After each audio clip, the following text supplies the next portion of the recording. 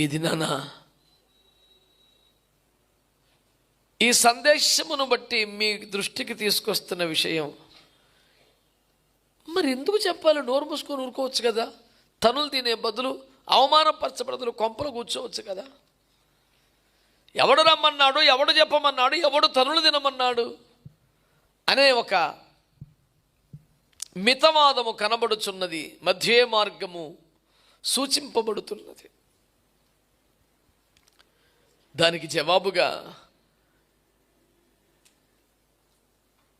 ఈ వాక్యం మీ జ్ఞాపకం చేస్తున్నాను. ఈ సువార్తను పట్టించుకోకపోతే, సువార్తను నమ్మకపోతే, సువార్తకు విధేయులు కాకపోతే దేవుని తీర్పులో భయంకరమైన పరిస్థితి ఉంటుందంట. నేను దెబ్బలు తిన్నా పర్లేదు, చివరికి క్రమంలో చనిపోయినా పర్లేదు, శరీరంలో జీవించే తక్కువ కాలమే కదా. సుఖపడినా ఏముంది, కష్టపడినా ఏముంది, బ్రతికినా ఏముంది, చంపబడినా ఏముంది, శాశ్వత కాలం యుగయుగాలు ఉండాల్సింది ఆత్మ కదా. ఆ ఆత్మ నరకమును తప్పి స్వర్గములో ఉంటే అదే ముఖ్యం కదా. అందు నిమిత్తమై